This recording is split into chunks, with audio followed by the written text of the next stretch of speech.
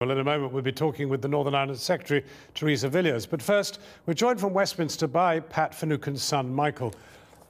Michael, very strongly bearing in mind the scale of your loss, isn't it a little over the top to call this a whitewash? This is unquestionably one of the most damning reports into the failures of British and the collusion of British security and intelligence in Northern Ireland ever.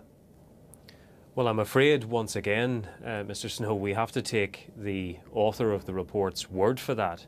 None of the information, none of the evidence that he assessed was done in public. No one can know to what extent he really got to the bottom of all of the controversy that surrounds this case. We must accept his report at face value, and we must accept the assurance of the Prime Minister. And given that this review is in itself a broken promise, given that it is an embodiment of a government reneging on a commitment made during the peace process, I'm not prepared to accept the assurances of the author or the Prime Minister that this has in fact got to the truth. So you doubt the construct that there was collusion by MI5, collusion by the army, by the police, in the culture that led to your father's murder, and that indeed serving policemen may have been involved in actually instructing that murder should happen? Oh no, I don't doubt the construct. I don't doubt the facts. What I doubt are the conclusions. I don't see why I should accept an assurance from Sir Desmond de Silva or the Prime Minister that there was no overarching conspiracy. I mean, if every agency working in Northern Ireland, from the police to the army to the security services and to right up to the government, were all aware of threats to people that weren't being passed on and murders that were obviously being carried out subsequently, why should I accept that they're not all part of a larger conspiracy? Or, as the probably more applicable term has come to be applied, part of the collusion network? Well, the only segment of the power structure that's left out of this is the political leadership in terms of successive secretaries of state. Are you suggesting that either the Prime Minister of the day or a cabinet minister said, go kill Finucane? I'm suggesting that that remains a live issue, and I'm suggesting that a public inquiry is the only way to resolve that issue. Secretaries of state, although coy, have come on record in recent years to admit that they were briefed directly by the Force Research Unit, the intelligence unit of the army that ran these agents. With respect, and therefore, though questions need to be asked of those people as to how much they knew, and why did they not query army intelligence as to how so many murders were still being carried out? Isn't it time to move on? Isn't it it's time for a public inquiry? Well, that's what it's time for. The last public inquiry cost £250-something million. I mean, do you really want money spent on that could be spent to redeem perhaps some of the terrible injustices that were perpetrated during the period of the Troubles?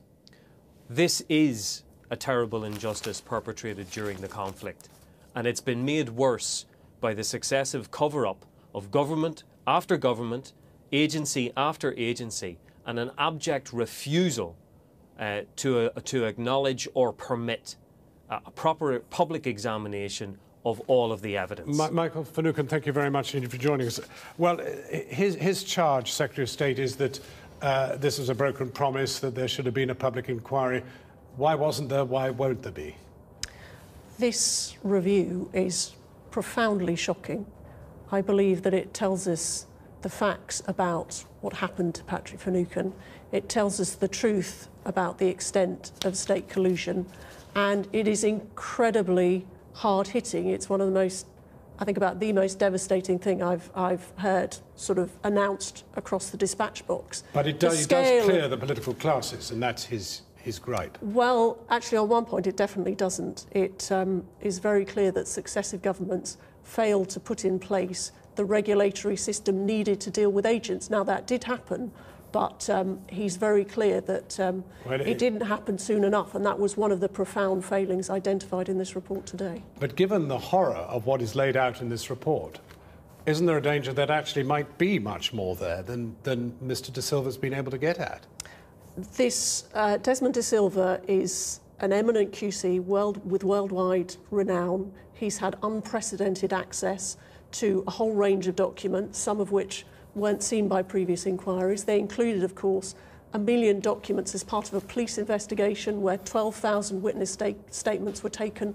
He has done a rigorous job in finding out what happened, and horrific reading is provided in this report. Well, if Michael Finucane and the family are to stick with this, surely the one thing you do owe them is prosecutions. Now, one of the things that this report says is that ministers were deliberately misled by their officials. Now, those officials are still alive in many cases. Are they going to be prosecuted?